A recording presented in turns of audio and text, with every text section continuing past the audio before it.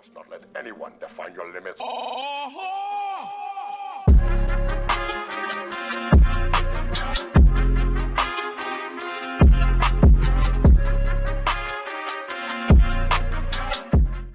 What's up, everybody? Welcome to Impact TCG, where we cover all things Disney Lorcna. My name is Rod, and oh my god, why do I keep coming up with all this heat? But no, I'm just kidding, guys. But you should know that Beast, Relentless, and the Sheriff of Nottingham and the Bayou combo has taken Lorcna by storm. And this deck right here is definitely going to showcase that. I can't wait to get into it. But I mean, some people think that the deck is really good, and there are some who think that the deck is not that good, and there are holes and ways to beat it. And there are ways to beat it. I mean, there are ways to beat every deck, but this one right here I definitely want to showcase today. But before we get into it, please take those like and subscribe buttons out to your backyard and beat them so you don't miss any of this awesome content. Now let's get into it. Alright, so now, as you can see from this list, I'm pretty sure you can tell, this is an aggro based list on the deck that's been going all around Lorcna and on everybody's social media about this OTK combo. Now you can see we have a lot of low cost characters that we will be playing early to get ahead really early. We want to put on pressure to our opponent and force them to have to deal with our stuff, and kind of punishing them in doing so, starting with 4 copies of Cursed Merfolk, a awesome one drop that has been given to Emerald in this set from Into the Inklands. It is uninkable, but that's okay. It only costs 1 and it quests for 2, and guess what, when they attack it, your opponent has to discard the card. Very good early on, puts a lot of pressure on. A question for 2 is just really good, especially on low costing characters. And then you can see we have the 4 copies of the baby Robin Hood, the Goons Robin Hood as I like to call it, the 2/2 stat line. This is basically just going to be another early play just to get something on the board, as well as a shift target for Robin Hood.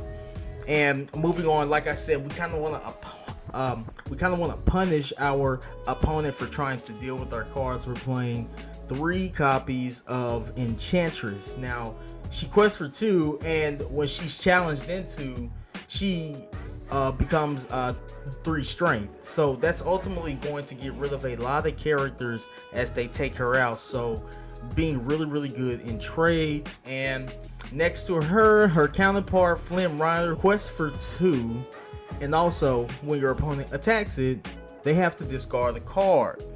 And it's just been really good since set 1. Very good card for Emerald, and pretty much I think it's going to be played in a lot of lists.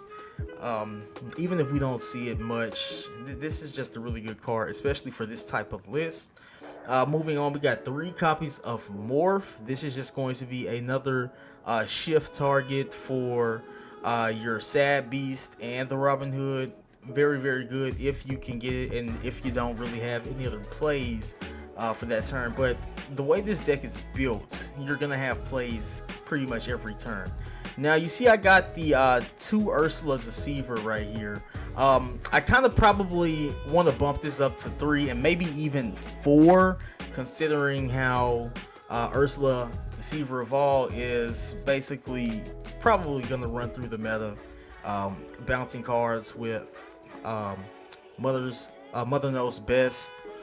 That's just a sick combo, being able to bounce 2 cards in 1 turn. You know, 1 card is one thing, but being able to bounce 2, it's just really strong. So I want to be able to get rid of those Mother Knows Best, you know, early on, so that doesn't happen to me, because that deck, you know, a lot of these other Emerald lists, you know, they're very fast early on, so I kind of want to be able to keep up and keep pace. So, but 2 copies has been pretty good. It's pretty much been used, you know, to snipe out that Be Prepared, you know, mid to late game. Moving on, we got 3 copies of Kida, a bodyguard. Very good 2-drop bodyguard to protect our 2 questing characters. pairing this with a curse Merfolk is just like pairing a Simba with the Lilo. Really good. I love it. It's worked out a lot. Moving on to Kit Cloudkicker, 4 copies right here. Very good card that Emerald's gotten. Just bouncing the card is just good, and being able to do that turn 3, hey, why not? And next we got the 4 copies of the Prince, another bodyguard. You know, I featured this in my last Beast Relentless aggro list a few months back when Rise of the Floodborn started. The Prince is just good.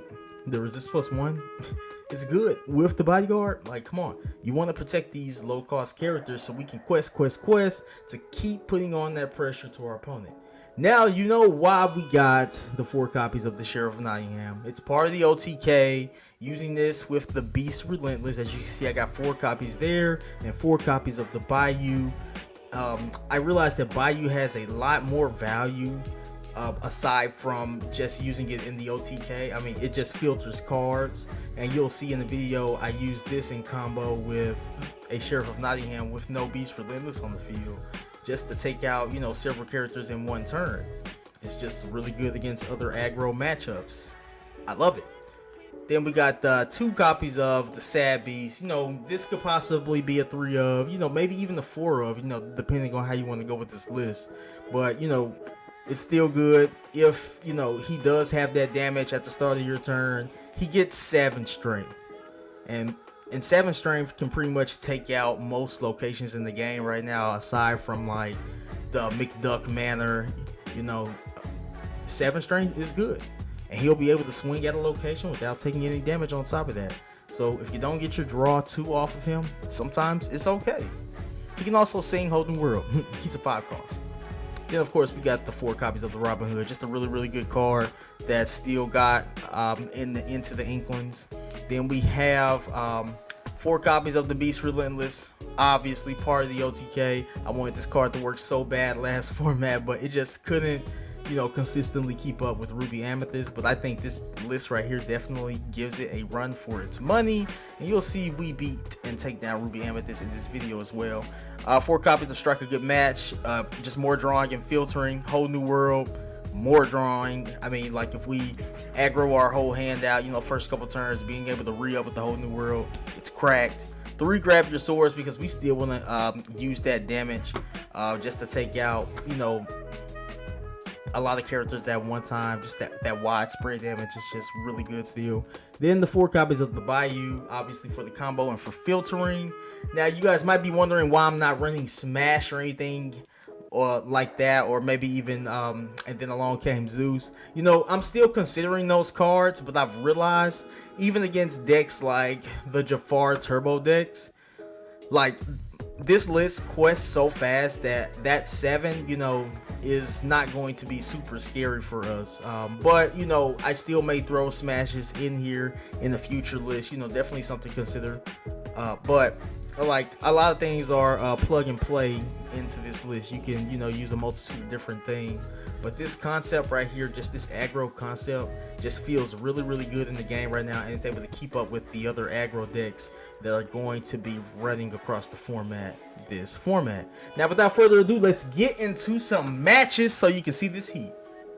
All right, so first matchup right here, we're going against Sapphire Steel. That's actually an ink combination I was considering playing early in the format. Now you can see right here in this particular match, I was testing out the Fang location. It's another card that I'm still kind of considering if I want to play. It just offers you another win condition because you don't have to completely rely on the Beast OTK in this build. You know, we're questing so fast and we're aggroing so fast, and we're re-upping our hands with the Whole New Worlds and everything. You know, it just really helped when we do open up that Beast OTK combo. But Fang just offers that other win condition to put your smaller characters there. They gain ward. Like it's just really good. It's good. But we go ahead and we do end up playing a Cursed Merfolk at the start of our turn. Our opponent only plays the 2 popsicles to start theirs, but we get to get on the board early by playing a Enchantress on turn 2. So theoretically next turn we could get up to 6 lore, putting that pressure that I was speaking of on early. They eat the Grandma Tyler. Hey, that Grandma Tyler is pretty solid this format. And they also go ahead and use 1 jump ahead just to continue their ramp. And they're already at 4 ink, you know, pretty scary. But I played Sapphire Steel. I know that they're kind of slow, and when they do draw into their removal cards, most of the time they can only take out 1 thing, so it's okay to kind of go wide on them. I mean, yeah, they can use the grab your swords. That'll be really good right now, but we have the whole new world. We know that we can re-up our hands, so we feel pretty good right now. We are at 6 lore. They play a Robin Hood of their own, a big one at that. And turn comes back around to me, I go ahead and decide to lay down my own Robin Hood right here. Really good card. And I'll ink the Kida just to kind of keep some pace in the ink race. It's kind of hard to do that against Sapphire, but it's all good. So I think about singing the whole new world right here, and I'm like, maybe. But I go ahead and I just want to continue to put that pressure on, because I know if I quest with everything right here, I basically have lethal next turn. If he doesn't do anything about something, which he does. He takes out the Kida, the bodyguard, and you can see why the bodyguard is so good right there. I get to keep my double questers on the field for at least 1 more turn.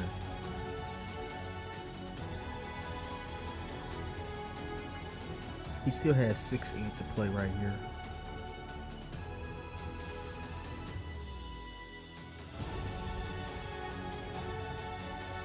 Yep, man, he goes ahead and he decides to use the popsicle to heal the Robin Hood. You know, smart by him, but he doesn't know that I don't care about none of that. I'm just questing and I'm questing and I'm racing and I'm gonna beat you there. That's kind of the mentality that I like to take with this deck. You want to be super aggressive, and as you can see, we're about to win this game and not having to rely on the Beast OTK combo. And look at that, you know, he hold new worlds for us. That's fine. He does activate the grab your sword, but I mean, it's really not going to be enough. That willpower on the Robin Hood is just too much, and I quest right there for the victory. And you can see right here, we're going into the Ruby Amethyst matchup. The mulligan was kind of a little difficult for me here. I was like, do I want to just hold the OTK in my hand? Which I think is a smart thing to do. You already have the cards. But that's going to limit me, you know, from playing too many cards early, because I want to make sure I have enough ink to do so. And, you know, holding out a turn, basically skipping a turn like that against Ruby Amethyst can typically be a detriment. But you're going to see where it actually works out for me. And I debate right here if I want to play the Kida just to get something on the board. And I accidentally play it in bodyguard mode, and I clicked the whoops, and I think he, you know, kind of realized, okay, yeah, he didn't mean to play that. But my opponent was actually really nice, and he chose not to challenge into it because it would not have been exerted anyway. So, but I go ahead and ink. I go up to 3. Now debate again. Do I want to play a card here? But I don't, because I just got to hold on to the ink. I got the whole new world in my hand. It's virtually useless. It'd be dumb for me to use it knowing I already have the OTK. But he goes ahead and he quests with his Rafiki, and he bounces it to play a Metabim Fox, and that's okay. He's not really getting ahead too much on board presence. Our hands are both, you know, fairly full, but I don't quest right here. I go ahead and I pass. No point of questing right there for 1 lure when the Fox could easily take it out. And I draw it to another whole new world.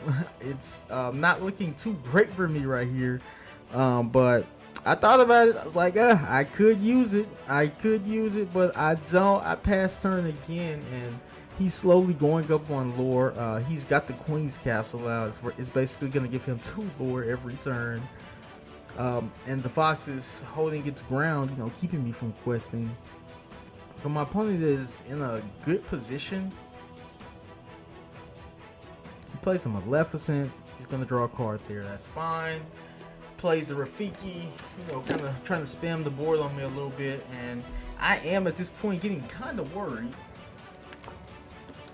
But I stay the course, and I break down and I play the beast just to kind of put some sort of presence on the field because I'm just too terrified that he's gonna get ahead too much.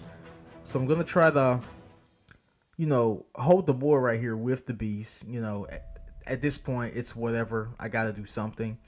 But I do draw into another Bayou, even though I already had one in hand. But right there we have the combo.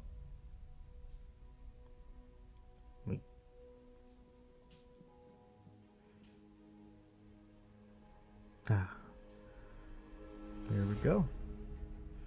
Unfortunately, he doesn't have enough willpower on board. And this is what was holding me back, you know, at first. But at this point, I just felt like I just had to do something. And this was ultimately going to clear his board anyway. And I know that he can't be prepared on next turn. So I was confident that, you know, my board could stay pretty healthy for the next turn. And boom, boom, boom, you know, we're just doing our thing here. He's letting us do it. He knows I'm not going to win right here, so, you know, he doesn't quit. You know, shout out to my opponent. It's actually the same opponent I played against in the previous matchup that you just saw. You know how Pixelborn is. They'll match you right back up with the person you just played. And this is on ladder too, by the way, so, you know, we're trying to get it. And right here, I'll be able to do one more damage and quest one more time with the beast, and that's going to put me at 16. And some pretty good filtering too, so if he does somehow clear the board, which he can't, you know, I was going to be able to refill the board and go ahead and win. And you can see I took the victory right there. Now going into the next matchup, a very fun one right here against another aggro style deck. Now I get to showcase how this deck can stack up against an aggro deck, and a very good one at that. The Amber Amethyst matchup. Man, Amber Amethyst is a super fast deck right now, and I'm kind of worried about keeping up with it, but at the same time I'm not. I did open with the Cursed Merfolk. He plays his Lilo, so we're kind of matching in lore right there. I know he's not going to swing into the Cursed Merfolk with the Lilo, so I go ahead and I quest and I kind of filter out, get that uninkable Sheriff out of my hand that I can't do anything with right now. He inks the Windy and plays a Pinocchio, so he's a little faster than me right now. Pinocchio quest for 3. Not too worried about that though. I do continue to filter, and I actually draw into a Prince, even though I already have one in hand. I get rid of the Whole New World because I kind of see what kind of game this is gonna be. This is not gonna be somewhere where I rely on the Beast OTK combo. I'm basically going to have to aggro it out with him, and you can see he continues to bounce cards with the Madam Mim, and he plays a Maleficent. So spamming the board pretty hard right now, but I know that I have the Sheriff, and I didn't realize how good Sheriff could be in a situation like this. And you can see right here, the Lilo and the Maleficent only have 1 willpower, and just questing, you know, one time with one character can take out one of those if you got the Sheriff on board. And I go ahead and I take out the Lilo with the Prince, and he doesn't have any choice but to take out the Bayou with the Madam Mim, ultimately protecting my board for the most part. He doesn't have a Madam Mim Fox to play, but he goes ahead and he turbos out his high questing, low costing characters. But that's okay. Your boy got another Bayou in the hand. Now think about it, like, do I want to play? Is that the best play right now? And honestly, I think it is.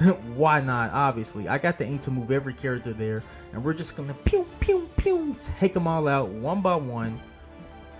And we're gonna filter our hand in the meantime. And I do have, you know, access to the Beast OTK combo right here, but I don't have the ink. So I debate, you know, each time I'm drawing and discarding, like, is it worth keeping the Beast right now? I mean, he doesn't have many cards in hand. Is he going to be able to get over this board? But I draw into the Robin Hood, a 5-cost character, so I know I can play that, you know, pretty much whenever I want. But I also use it as ink because next turn, you know, I will be able to use the Beast OTK combo. But he doesn't attack any of my characters this turn. He takes out the Bayou. So it kind of changes the plan a little bit. I draw into the Cursed Merfolk. Luckily, you know, so I can just quest. Like I said, this deck can keep up with some of the fastest decks in Lorcna right now. I love it so much. It's done well to me. And I'm going to keep on playing it. I'm going to keep on revitalizing it and changing it up. And I'm going to take it to our first league tournament. And we're going to have some fun. So I hope you guys enjoyed that. Please, you know, let me know what you guys think about the deck. Is this the best way to play it? Maybe not. You know, there are so many other ways that you can play Emerald Steel with the Beast OTK combo, and you don't even have to play the Beast OTK combo to play Emerald Steel. You can play the discard package. You know, you can play the discard package, you know, coinciding with the Beast OTK. Like, it's so many different things that you can do, but I really like this aggro style right here. I had so much fun, you know, playing around with it, and it's basically a revamp of the deck from a few months ago that you may or may not have seen on the channel. I had so much fun doing that, but the deck is just so much better right now, and it can actually keep up with other good decks, as you can see right there against Ruby Amethyst.